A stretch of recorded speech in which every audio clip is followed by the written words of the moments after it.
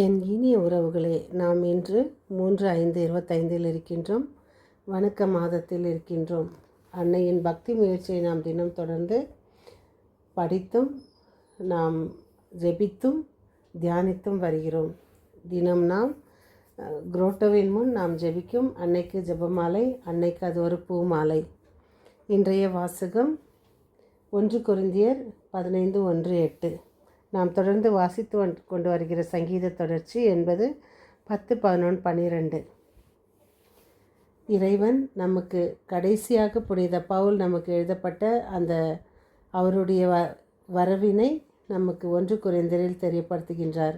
இன்றைய யோவான் 14:6-14 தூய நற்செய்தி வாசகம். தந்தையை நமக்கு எப்படி நம்மிடம் அறிமுகப்படுத்தினார் என்பதை யோவான் விளக்கமாக நமக்கு எடுத்து சொல்லப்பட்டிருக்கிறது.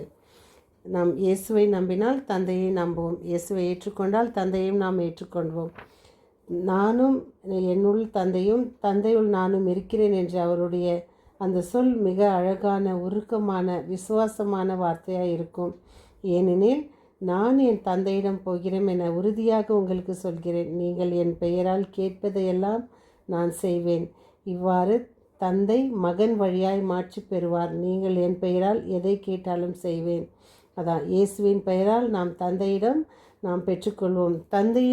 தந்தையும் மகனையும் நாம் ஒரே இடத்தில் வைத்து பார்க்கும்பொழுது தந்தைக்கு பதிலாக இறைவன் இயேசுவை நாம் ஏற்றுக்கொண்டு அவர் பெயரால் கேட்பதை நாம் பெற்றுக்கொள்வோம். தந்தை எங்களுக்கு காட்டும் என்று பிலிப்பு கேட்டபொழுது, கடவுளை எவரும் கண்டதில்லை, தந்தையின் நெஞ்சத்திற்கு நெருக்கமானவரும் கடவுள் தன்மை கொண்டவருமான ஒரே மகனே அவரை வெளிப்படுத்தியுள்ளார். யோவான் 1:18.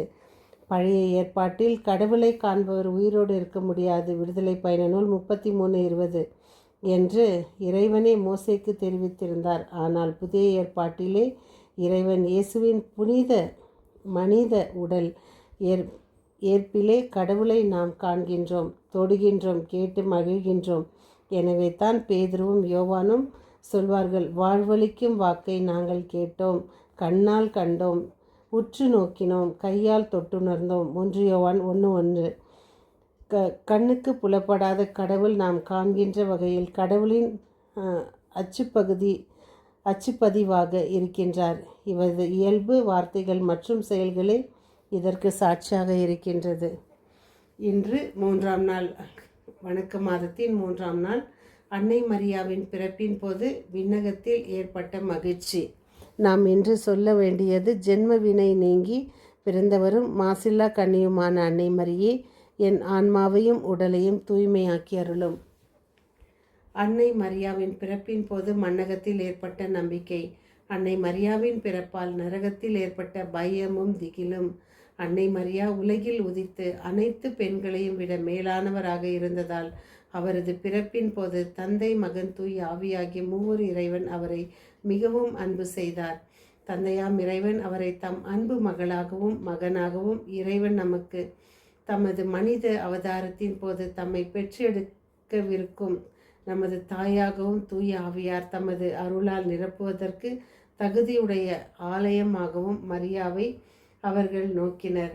வானதூதர்கள் தங்களுக்கு அரசியாக இருக்கும் மரியாவாகிய அந்த தூய குழந்தையை முன்னிட்டு மிகவும் அகமகிழ்ந்து அவருக்கு கீழ்ப்படியும் வண்ணமாக அவரை பணிந்து வணங்கி பாராட்ட திரளான அவர் அருகில் வந்தனர்.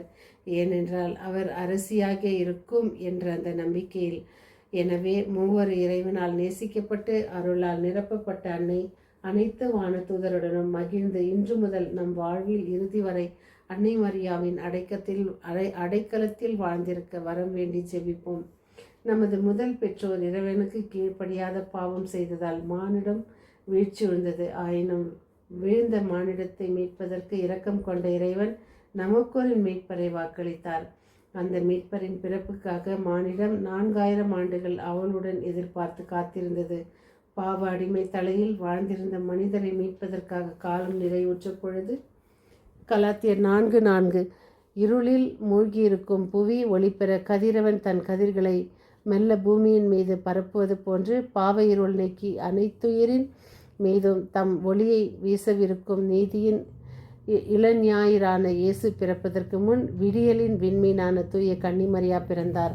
அந்த அன்பு தாய் பிறந்ததை எண்ணி நாம் அனைவரும் அவருக்கு நமது அன்பையும் வணக்கத்தையும் செலுத்தி அவருடைய உதவியும் ஆதரவையும் கேட்டு ஜெபிப்போம். பாவத்திற்கு தூண்டி பசாசின் தலையை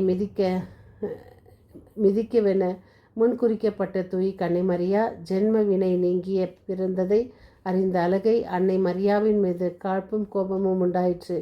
மனிதர்களின் எதிரியாக விளங்கும் பசாசு தன் அடைந்துள்ள துர்நிலைக்கு மனிதரையும் இழுத்துக்கொள்ள அவர்கள் வீழ்த்தி தனக்கு அடிமையாக்கி கொள்ள மிகுந்த முயற்சிகளை எடுத்த வண்ணம் இருக்கின்றது. ஆனால் மீட்பரான இயேசுவின் அன்னை மரியா பசாசின் தந்திரங்களுக்குள் சிக்காமல் அதன் தலையை மிதித்ததினால் அது மிகவும் பலகீனம் அடைந்தது. ஆகவே அன்னையின் காலடியில் நசுகுண்டு பலகீனப்பட்ட பசாசுக்கு நாம் எப்பொழுதும் பயப்படாமல் சோதனை வேளையில் அதனை வெல்லும்படியாக தூய கன்னிமரியாயிடம் மிகுந்த நம்பிக்கையோடு ஜெபிப்போம்.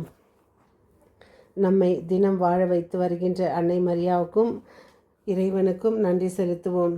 நமக்கென்று தந்த இந்த வாக்குறுதிகளையும் வாக்கு தத்தத்தையும் நிறைவேற்றி இறைவன் நம் தேவையையும் சந்திப்பார் என்று நம்பிக்கையோடு ஜெபிப்போம். மீண்டும் சந்திக்கும் வரை உங்கள் அன்பு தோழி.